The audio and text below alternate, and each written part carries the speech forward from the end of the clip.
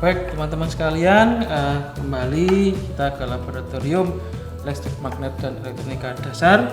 Pada kesempatan kali ini kita akan praktikum mengenai hukum Kirchhoff. Ya, baik. Tujuan dari praktikum hukum Kirchhoff ini adalah tentunya diharapkan teman-teman mahasiswa dapat memahami ya bagaimana konsep hukum Kirchhoff 1 dan hukum Kirchhoff 2. Nanti bisa didukung dari teori atau sumber pustaka yang ada, dan juga bisa mungkin melihat dari handout tersedia gitu ya. Alat bahan yang digunakan, kita tidak menggunakan 8 roti, tapi kita menggunakan ini satu rangkaian begitu hukum Kirchhoff. Ini seperti pada gambar 5 percobaan R1, R2, R3, R4. Kemudian nanti saya akan jelaskan sedikit mengenai titik-titik di sini dan juga penggunaan power supply, kemudian di mana ampere meternya dan seterusnya. Kemudian tentunya kita akan mengukur arus dan tegangan, kita membutuhkan ampere meter. Nanti saya akan gunakan 4 ampere meter, 4 multimeter ini berfungsi sebagai ampere meter, 1 sebagai voltmeter yang mungkin bisa dipindah-pindahkan ya untuk mengetahui berapa tegangan masing-masing komponen gitu. Kemudian menggunakan 2 power supply. Nanti memang percobaan pertama masih menggunakan 1, baru percobaan yang gambar ke-6 itu percobaan kedua menggunakan 2 gitu ya. Kemudian juga untuk mengatur masukan ke dalam rangkaian, kita minta bantuan potensiometer sebagai pengatur tegangan nanti, dan juga tentunya beberapa kabel penghantar. Baik, sebelum melakukan praktikum, saya sedikit menjelaskan kurang lebih susunan dari rangkaian hukum Kirchhoff yang ada ini ya. Teman-teman bisa lihat R1, R2, R3, R4. Kemudian titik-titiknya yang di ujung bawah ini nanti akan berperan sebagai titik F dan A. Yang sebelum power supply nanti kita perlu mengatur rangkaian dengan potensiometer. Titik A ini ada garisnya, berarti ini tersambung. Berarti juga titik A ya. Kemudian di sini nanti ada, kita perlukan pengukur arus untuk I1, arus yang melewati R1. Titik B ini kalau di gambar 5, ini ampere meter juga nanti untuk mengukur I3 yang lewat R3. Ini R2, ini nanti kita perlukan ampere meter untuk mengukur I2. Di sini titik C ya. C ini juga C di sini ya.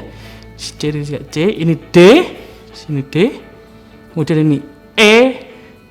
Ini perlu ampere meter lagi untuk mencari tahu I4, arus yang mengalir ke lewat R4, dan di sini F kembali ya dia. Oke, disesuai dengan rangkaian di gambar 5. Oke, mari kita merangkainya ya, merangkainya.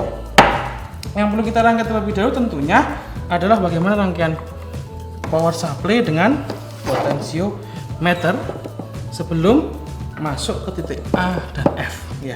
Ini nanti titik A dan F juga dicari tahu berapa tegangan sebagai tegangan masukan ke dalam rangkaian. Jadi VAF ada di lembar kerja di paling belakang, bisa diperhatikan nanti. Iya, saya akan coba merangkai. Bagaimana? Masih ingatkah dengan rangkaian potensiometer? Oke. Jadi begini. Kedua kaki dari power supply, adaptor yang kita pakai ya, itu masuk ke kaki kiri dan kanan dari potensiometer, kiri dan kanan ya. Diulang kembali ya, ini ke sumber tegangan nanti ya, sumber tegangan ini adaptornya masuk ke kaki kiri dan kanan.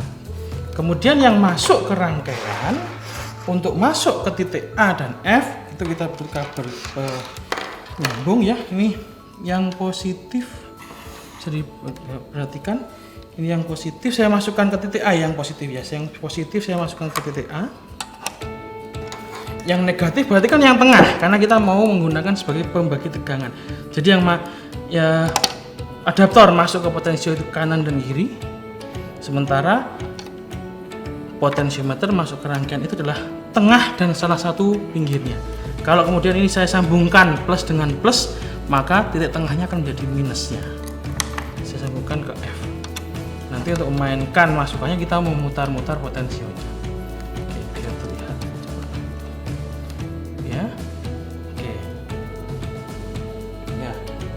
Baik, berikutnya kita perlu memasang ampere meter ya. Di sini adalah untuk mengukur I yang lewat R1. Jadi ya I1. Yang di sini I yang lewat R2, berarti I2. Yang di sini yang ada tulisannya A ya di gambar rangkaian itu. Ini untuk mengukur arus yang lewat R3, I3. Begitu juga dengan yang di bawah, arus yang mengukur R4, I4. Yang di sini nanti ada dua keadaan, yang di C dan D ada dua keadaan. Yang gambar 5 itu kita sambungkan saja, kita hubungkan singkat. Kalau nanti yang di gambar 6 kita akan pasang adaptor. Baik, saya pasangkan dulu. Jadi untuk mengukur I1 ini ya, saya pisahkan satu, yang 4 saya jadikan pengukur arus ya, ampere meter ya. Ampere meter itu saya pasangkan menggunakan yang volt ampere ohm ya, yang kiri ya, saya pasangkan. Ini untuk mengukur I1, untuk mengukur I1. Kemudian saya pasangkan untuk mengukur I2. Titik yang sini ya, setelah R2 ya. Menggunakan ampere meter sebagai ampere meter DC itu. Jadi ini mengikuti arus positif gitu ya, positif ke positif ya. Negatif ini kita tidak tahu, kita perkiranya bagaimana tidak tahu. Berarti titik awalnya saya ambil selalu positif. Nanti kita hitung berapa, kita lihat bagaimana angkanya positif atau negatif. Oh, yang tidak ada.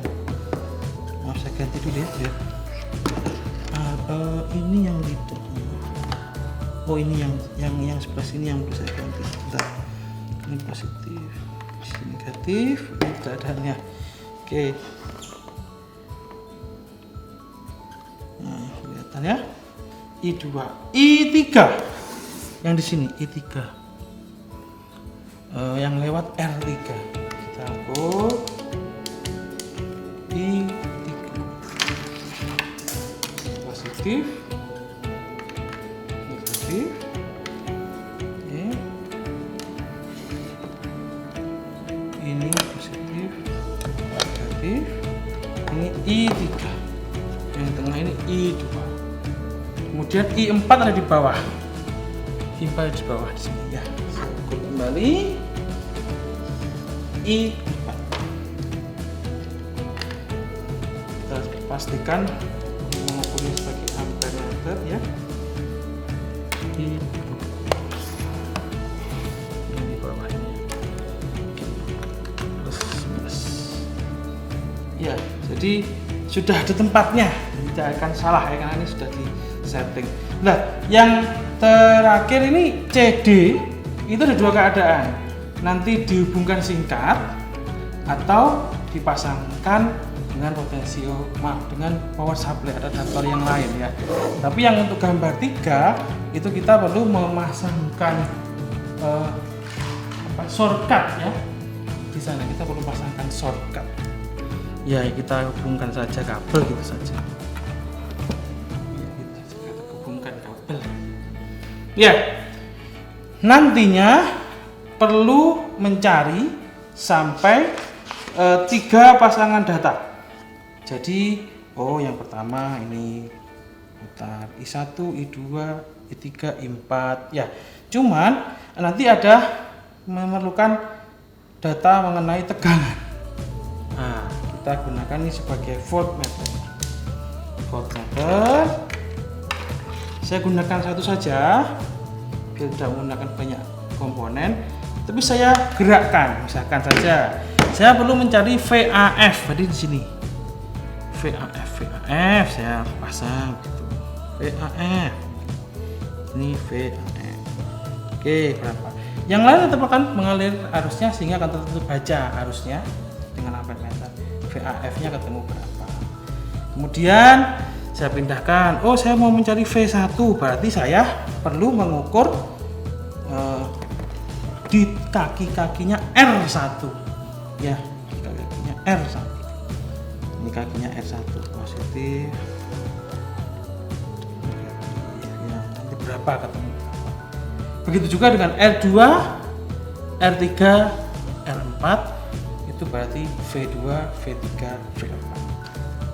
Sehingga data keseluruhannya adalah VAF, V1, V2, V3, V4. Kemudian I1, I2, ini V-nya ya. I1, I2, I3, I4.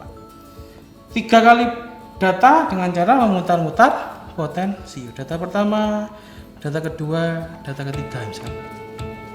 Untuk percobaan yang pertama sesuai dengan gambar 5. Baik, berikutnya untuk percobaan kedua sesuai dengan gambar 6.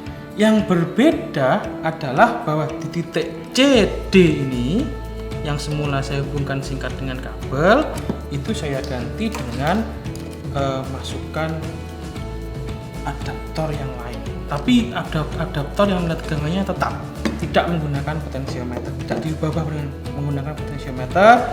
Jadi misalkan saja saya pasang itu ini di CD ya, dengan dari adaptor yang lain.